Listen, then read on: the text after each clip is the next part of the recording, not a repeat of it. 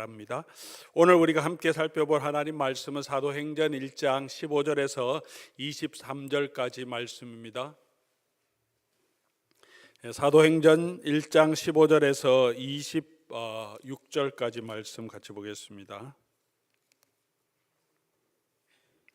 우리 한 절씩 묵상하는 마음으로 교독해서 우리 하나님 말씀 받들어 읽겠습니다. 사도행전, 여러분 성경 가지고 계신 분은 직접 성경 찾아보시고요.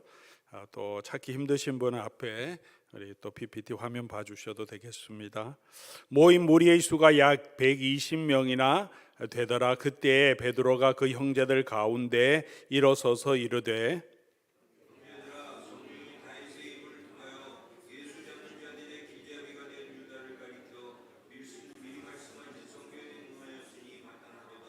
이 사람은 본래 우리 수 가운데 참여하여 이 직무의 한 부분을 맡았던 자라.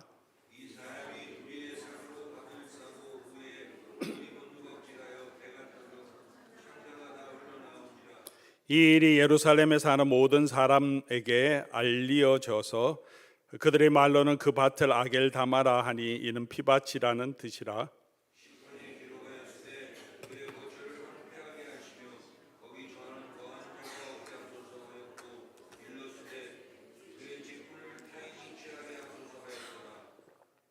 이러함으로 요한의 세례로부터 우리 가운데 올려져 가신 날까지 주께서 우리 가운데 출입하실 때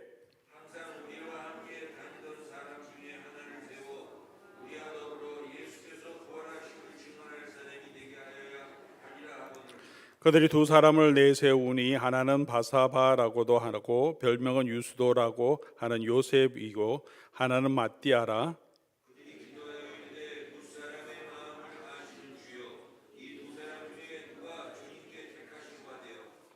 봉사와 및 사도의 직무를 대신할 자인지를 보이시옵소서. 유다는 이 직무를 버리고 제 곳으로 갔나이다 하고 제비 뽑아 마띠아를 얻으니 그가 11 사도의 수에 들어가니라. 아멘. 오늘 본문은 우리가 읽은 대로 사도행전 1장에 아주 중요한 두 가지 사건 중에 하나입니다. 예수님께서 승천하신 일, 제자들에게 마지막 사명을 주신 일, 그리고 우리 제자들이 함께 모여서 기도하면서 했던 일 중에 성령을 받기 전에 교회가 했던 중요한 일 중에 하나를 기록하고 있습니다. 고린한 사도의 수를 다시 채우는 일을 하게 된 거죠. 이 내용들을 통하여서 오늘 우리에게 주시는 하나님의 또 교훈도 말씀을 함께 살펴보려고 합니다. 오늘 본문 말씀을 보면 15절 15절, 16절, 17절 말씀 보면 베드로가 일어나서 가룟 유다가 이제 빠졌다 이야기를 합니다. 그래서 다시 채우자 이렇게 말하면 되는데 오늘 본문은 상당히 자세하게 가룟 유다가 어떻게 죽었고 또 그 죽음의 원인, 결과가 어떻게 예언되었고 또 한 가지는 또 이 사람을 대신해야 될 또 성경 구절을 또 시편 또 말씀들을 인용해서 다시 세워야 하는 그 이유를 설명하고 있습니다. 오늘 가장 먼저 우리가 생각해 보려고 하는 것은 왜 이 가룟 유다의 최후에 대해서 이렇게 자세하게 누가는 기록하고 지나가고 있을까 하는 내용입니다. 가룟 유다는 오늘 본문에도 있는 것처럼 아주 비참한 최후를 당했죠. 베드로는 그가 예수 잡는 자들의 길잡이가 되었다 이렇게 표현하고, 누가복음에서 첫 번째로 12사도의 이름이 나올 때 소개될 때도 마태복음도 마찬가지지만 가룟 유다 곧 예수를 판 자라, 이미 처음으로 가룟 유다를 선택하고 또 12사도를 선택할 그때 유다 이름 나올 때는 예수를 판 자라는 그 타이틀을 붙이고 있습니다. 유다는 예수를 판 자다. 제자들 마음속에 그런 이 유다에 대한 그런 마음들이 있는 거죠. 예수를 잡는 자들의 길잡이가 되었다. 모든 제자들이 다 부족한 부분이 다 있었습니다. 이 땅에서 예수님이 회복되는 그날에 한자리 하고 싶은 그런 마음도 가지고 예수님을 따랐고, 예수님이 고난당하시는 그 이유도 잘 몰랐습니다. 두려워서 예수님을 버리고 도망가기도 하고 베드로도 예수님을 부인하기도 했습니다. 그러나 이 가룟 유다는 계획해서 예수님을 돈을 받고 팔아버린, 그리고 그 예수님이 잡히도록 길을 인도해서, 그리고 예수님이 잡히는 그 현장에서 그 군병들하고 짜고 예수님에게 가짜로 이렇게 허가하면서 입맞추면서 예수님을 잡히게 했다라고 그의 죄를 기록하고 있습니다. 그리고 그가 어떻게 비참한 죽음을 당했는지를 오늘 누가는 자세하게 그 당시에 잘 알려진 이야기들을 기록하고 있습니다. 18절 19절 보니까 우리 18절 19절 보면 불의의 사고로 이렇게 하는데 괄호가 되어 있죠. 괄호가 되어 있는 것은 원래 본문을 메인 설명하다가 참고로 지금 설명하고 있는 거죠. 그냥 유다가 죽어서 이제 골이 났고 새 사람을 뽑아야 되겠습니다, 이런 얘기로 이어가는데 어떻게 죽었는지 이렇게 참고로 해갖고 이 기록과 설명을 하고 부차적으로 설명을 하고 지나갑니다. 중요하다는 거죠. 예수님을 배신한 유다의 최후가 어떤지를 우리에게 보여줍니다. 불의의 삭스로 밭을 사고, 그리고 몸이 곤두박질하여 배가 터져 창자가 다 흘러나왔다. 그래서 그 밭을 에겔 다마라, 피바치라 이렇게 하고 있다. 예루살렘 사람들이 그렇게 다 알고 있다, 그렇게 말하죠. 마태복음을 보면 조금 더 부연 설명이 되어 있습니다. 예수를 판 후에 예수님이 잡혀가시는 모습을 보고 또 마음의 가책을 느껴서 은을 다시 돌려주면서 다시 무효로 하자. 그런데 대제사장들이 그렇게 하겠습니까? 이미 이 계산은 끝났다. 그러니까 은을 던져버리고 가서 목을 메어 죽었다. 그래서 대제사장들이 이 돈을 가지고 토기장의 밭을 사서 나그네의 묘지로 삼았다. 그래서 그 밭을 피밭이라고 그렇게 불렀다, 이렇게 얘기하고 있습니다. 이 두 가지 내용들이 이 가룟 유다가 죽은 그 배경이 되겠죠. 마태는 가룟 유다가 목매어 죽었다 이렇게 기록하고 있는데, 누가는 조금 더 부연해서 목매어 죽었는데 그 다음에 죽은 후에 목매어 달려 있을 때 줄이 끊어져서 떨어지면서 배가 터졌는지, 아니면 그 시신을 내리고 옮기는 과정에서 또 배가 터지게 됐는지 모르겠지만 배가 터지고 창자가 다 나와 그렇게 비참한 최후를 맞이했다는 것을 기록해 주고 있고, 20절 말씀 보면 시편에 기록되었으되 그의 거처를 황폐하게 하시며 거기 거하는 자가 없게 하소서 하였고, 또 일렀으되 그의 직분을 타인이 취하게 하소서 하면서 구약의 예언이 이루어진 것을 우리에게 보여줍니다. 이 가룟 유다의 최후를 이렇게 기록해서 우리에게 보여주는 이유가 뭐겠습니까? 몇 가지로 우리가 충분히 생각해 볼 수 있겠죠. 이 복음서를 받는 많은 유대인들, 이방인들, 그리스도인들은 밖에 가운데 많이 살고 있었습니다. 그래서 신앙에 믿었던 예수 그리스도를 믿었던 그 신앙을 저버리려고 하는 그런 마음도 또 그렇게 하는 사람도 있었습니다. 바울 사도의 서신을 보면 어떤 사람은 세상을 사랑하여서 나를 버리고 떠나고 많은 사람이 나를 버렸다. 히브리서에도 보면 많은 사람들이 유대교로 돌아가든지 아니면 이 신앙을 버리고 다시 자기가 있었던 이방 신들을 섬기는 그런 삶으로 돌아가든지 그렇게 하고 있는 형편을 보게 됩니다. 그런 많은 성도들이 믿음에 흔들리고 있을 때 예수 그리스도를 부인하고 떠난 자의 최후를 보여주면서 또 성도들을 격려하고 있습니다. 주 예수 그리스도의 은혜를 떠나면 어떻게 되는지를 보여줍니다. 자기 욕심으로 예수를 배신한 자의 최조가 얼마나 비참할 것인가. 그리고 예수님은 그런 대적들을 반드시 그 심판하실 것이고 또 말씀대로 그대로 이루어졌다고 말합니다.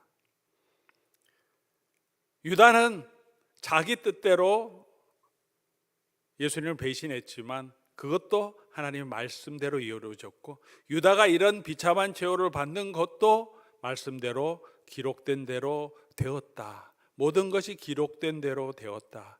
이제 예수님께서 교회에 하신 약속도 기록된 대로 그대로 반드시 이루어지실 거고, 가장 중요한 메시지, 예수님이 다시 오시는 것도 예수님이 약속하신 대로 반드시 이루어질 것을 또한 이 본문을 통해서 우리가 알게 되죠.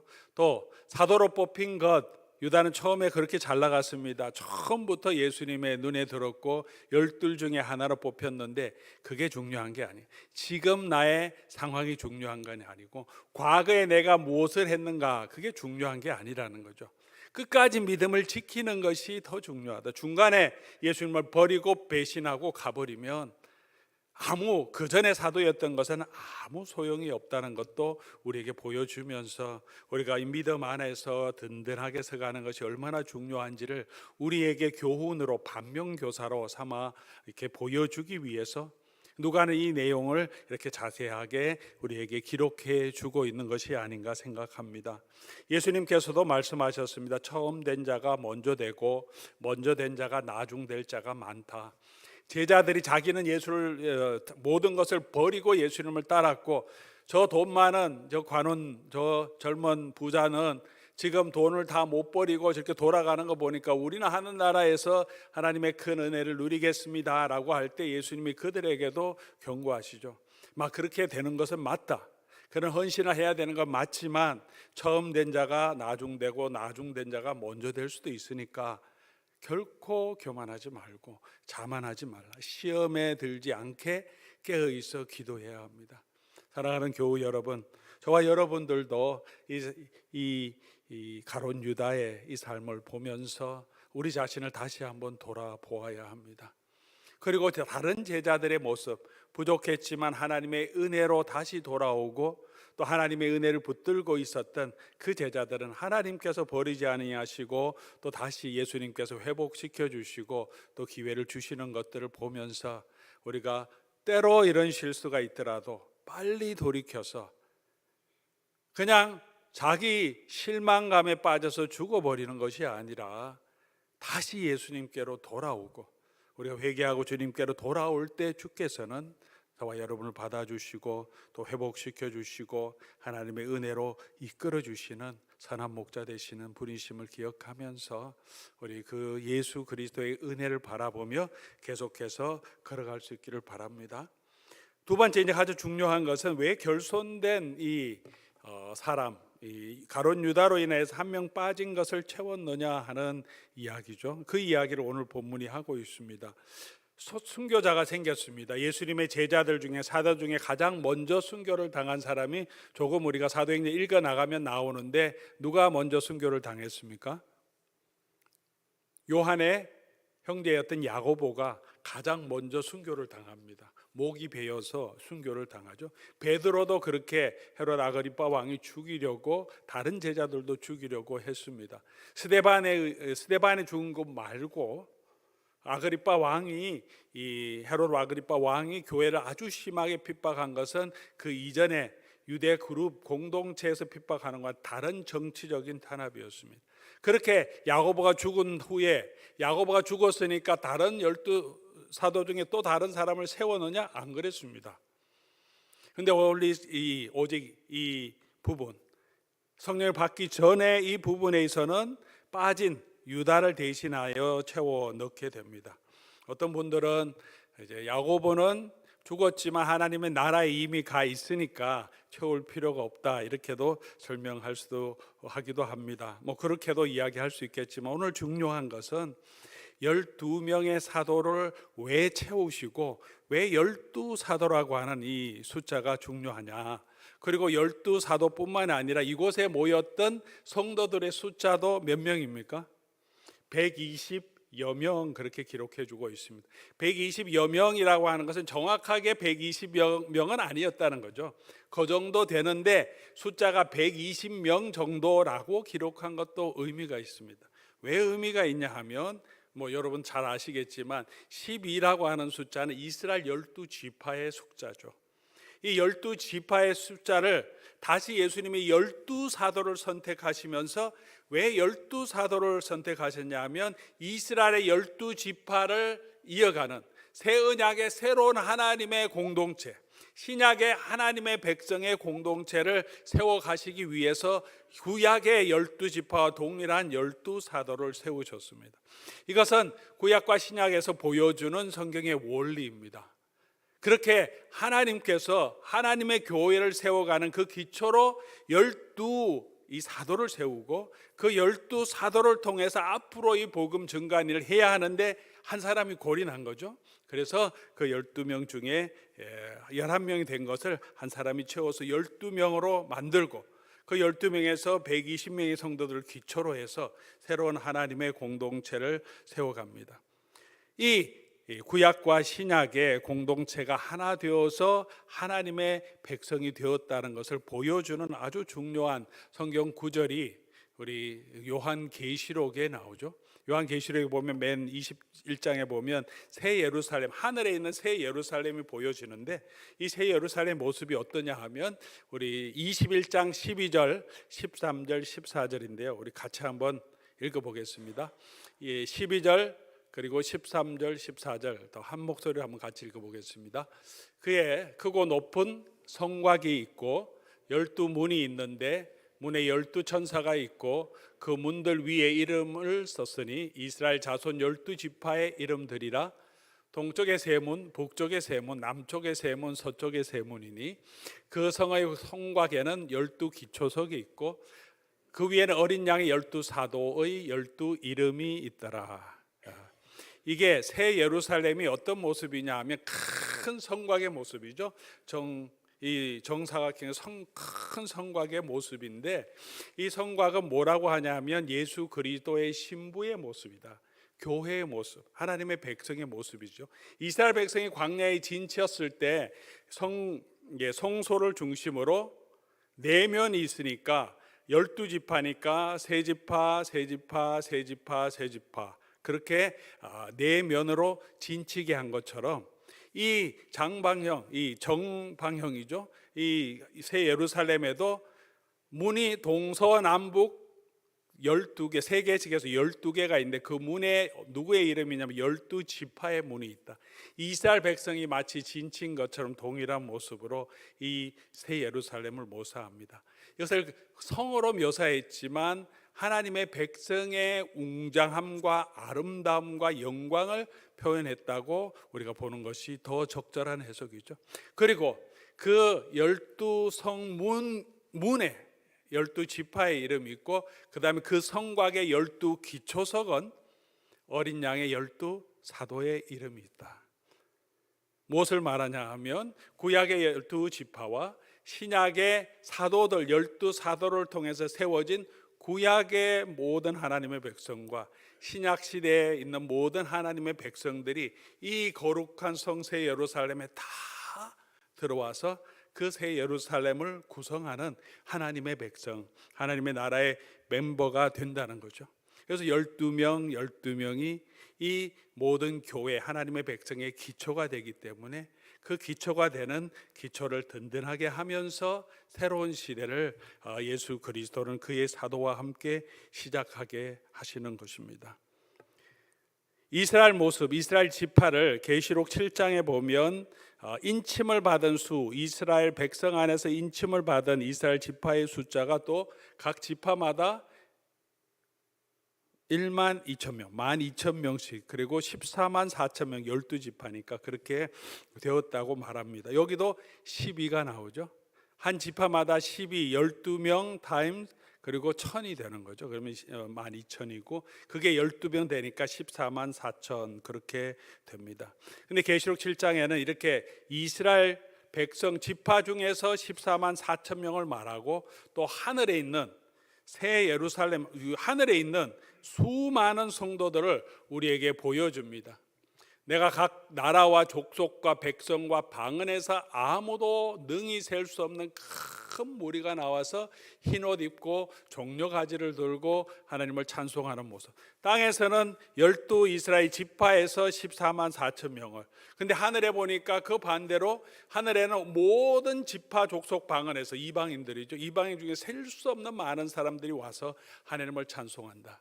많은 우리 계시록을 연구하는 신약학자들은 이 두 가지의 그림을 통하여서 이스라엘 백성을 통해서 구원 얻는 완전한 모든 이스라엘 구원 얻는 숫자, 그리고 또 이방 가운데서 구원 얻는 모든 하나님의 나라의 백성의 숫자를 다 포함한 것이다, 그렇게 표현하고 있습니다. 이런 하나님의 나라는 이 신약에 있는 12지파, 12사도를 통해서 세워지는 새로운 하나님의 나라는 12지파를 대신하고 대체하는 것이 아니라, 이런 그림 언어를 통해서 우리가 보여주는 것은 12지파의 연장성이죠.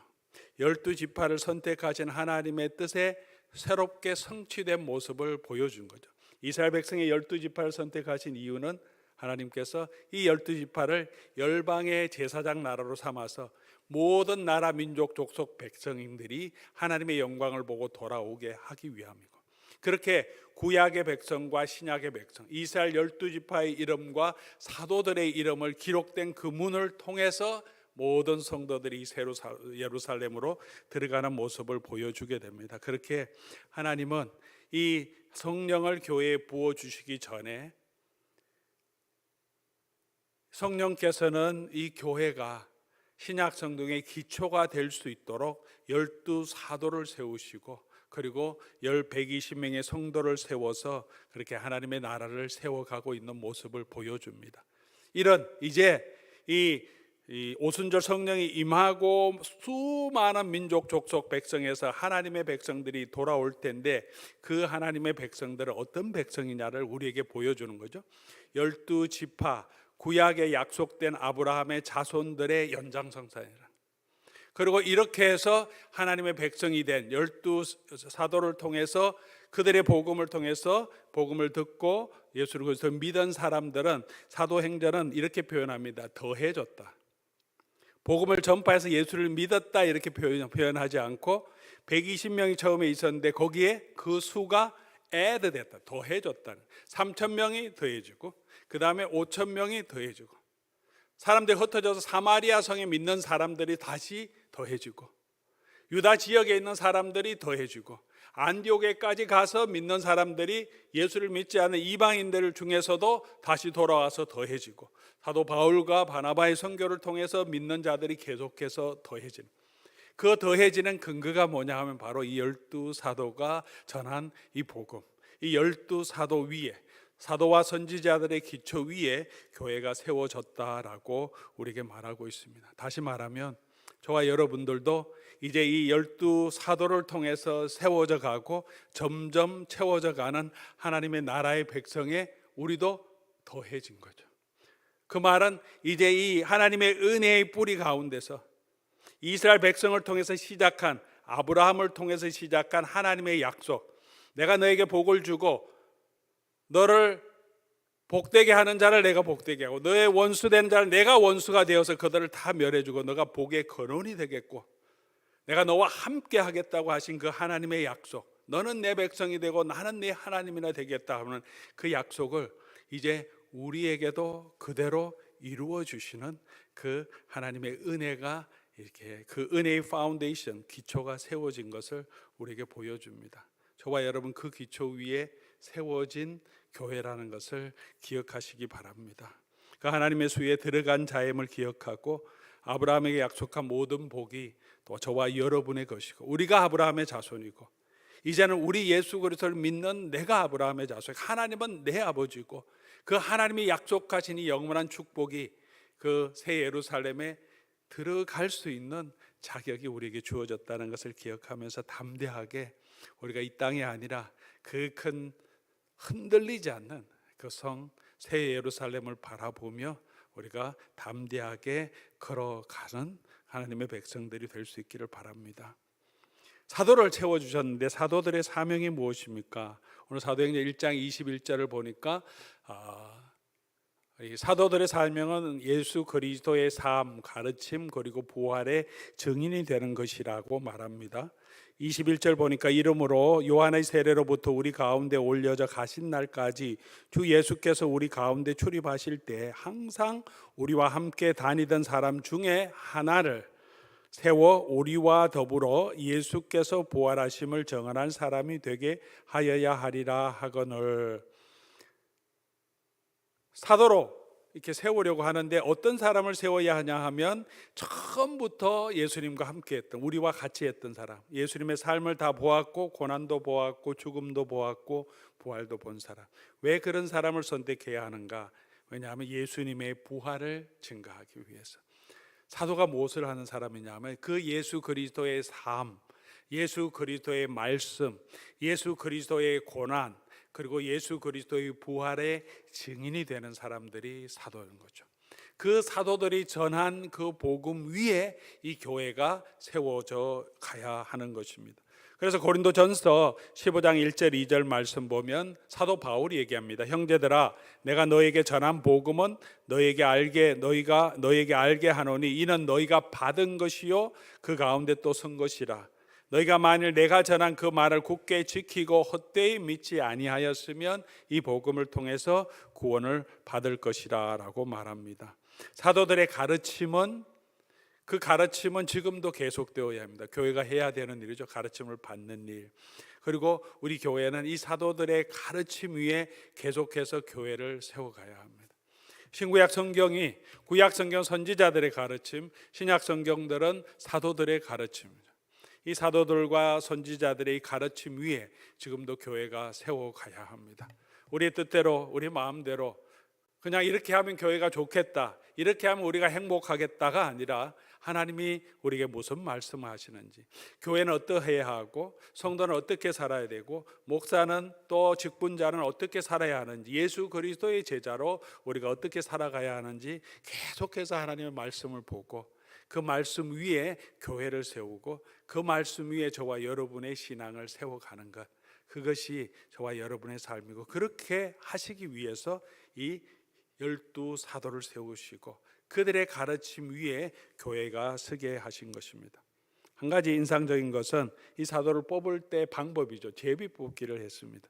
그래서 요즘도 이제 교회 직분자를 뽑을 때는 제비 뽑기 방식으로 하는 게 어떨까, 그런 제안도 가끔씩 나오고 있습니다. 왜냐하면 직분자를 선택할 때 늘 이 시험 드는 일들이 있잖아요. 후보자를 선택하는데도 그렇고 떨어지는데도 또 마음이 상하고, 투표를 하면 어쨌든 누구는 되고 누구는 안 될 수 있는 그런 찬스가 있으니까 또 실망하는 경우가 많이 생기니까 뭐 할 만한 사람 다 뽑아서 제비 뽑기에서 뽑으면 그 뭐 투표한 게 아니니까 제비 뽑기로 됐으니까 된 사람은 하나님께서 선택하신 줄 알고 열심히 봉사하고 그 다음에 또 돌아가면서 봉사하면 좋지 않을까, 이런 제안도 하는데, 이 제비 뽑기가 교회의 이 직분자를 세우는 원래 원리라고 하나님께서 주신 것인가 할 때는 그렇다고 얘기하기는 힘든 방법이죠. 왜냐하면 그 후에 사도행전의 여러 가지 이야기를 보면 교회 장로들을 택할 때는 교회가 택하게 하고 사도들이 안수하고 그냥 세웁니다. 그리고 그렇게 세운 것은 성령께서 세운 것이라고 사도들이 말하고 있습니다. 교회 직분자를 세울 때마다 제비 뽑기 했다, 이런 내용들은 없습니다. 이때만 왜 제비 뽑기 했을까? 하나님의 손에 맡기는 거예요. 두 사람 다 퀄리파이 됐는데, 중요한 것은 누가가 중요한 것보다 더 중요한 것은 12사도, 처음부터 예수 그리스도가 함께하고 부활을 증언할 12명의 사도가 채워지는 것이 중요합니다. 그럼 12명만 중요하냐? 꼭 그런 것은 아니죠. 구약 성경의 12지파를 보면 12지파 중에 요셉 지파는 두 몫을 줬어요. 베냐민, 그 다음에 에브라임, 므낫세, 이렇게 두 지파를 줬어요. 그리고 레위 지파는 제사장 지파라고 빼놨습니다. 12지파는 레위 지파는 뺀 다음에 12지파가 기업을 얻었어요. 레위 지파는 기업이 없으니까. 그러면 12지파가 있고 레위 지파 있으니까 전체가 몇 지파 있어요? 실제로는 13지파가 있는 거예요. 에브라임 사람도 있고 므낫세 사람도 있고 레위인도 있고 유다 사람도 있기 때문에 실제로는 13지파예요. 근데 12지파라고 하죠. 문제되는 건 아닙니다. 12이 중요한 거고 12아들 중에서 세워간 거고, 하나를 두 몫을 준 것 크게 중요한 것 아니에요. 그렇다고 13지파라고 말하지 않고 그냥 12지파라고 합니다. 이 12지파를 12사도를 세웠는데 그 후에 하나님께서 바울을 불렀어요. 바울도 다시 사도의 수에 들어왔습니다. 13사람이 된 거죠. 그게 큰 문제가 되는 것은 아니에요. 바울이 진짜 사도고 마띠아는 제자들이 선택한 그냥 가짜 사도다, 그런 것도 아니죠. 중요한 것은 그렇게 12명의 사도를 세우시면서 하나님께서 구약의 이스라엘 백성들을 대신할 새로운 언약의 하나님의 공동체를 세워감을 우리에게 보여주시기 위해서 하나님께서 그렇게 12사도를 세우시고 그 위에 하나님의 공동체를 세워가고 계신다는 것입니다.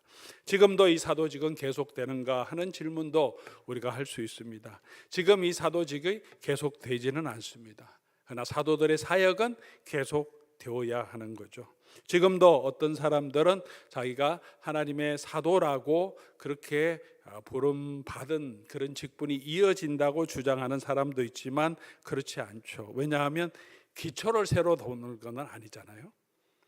이 교회의 기초로 12사도를 세우셨는데 우리가 이 12사도 세우신 이 기초 외에 다른 기초를 세우면 바울도 그렇게 합니다. 그것은 그 복음의 대적이 되는 거다. 그거는 가짜 선지자다.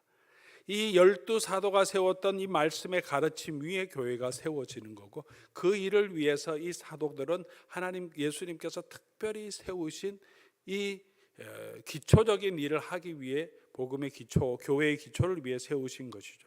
사도직은 계속되지 않지만 그러나 사도들이 전한 그 복음은 계속되어야 되고 그 사도들의 사역, 예수 그리스도의 복음을 증거하고 가르치고 믿는 사람들을 더하는 이 사역은 지금도 계속되어야 합니다. 저와 여러분은 사도, 직분자로 사도는 아니지만 그러나 저와 여러분 예수 그리스도의 대사로, 일반적인 의미에서 대사로 저와 여러분도 계속해서 예수 그리스도의 증인이 되어야 합니다. 사도들뿐만 아니라 스데반과 빌립 집사들도 예수님의 증인이 되었습니다.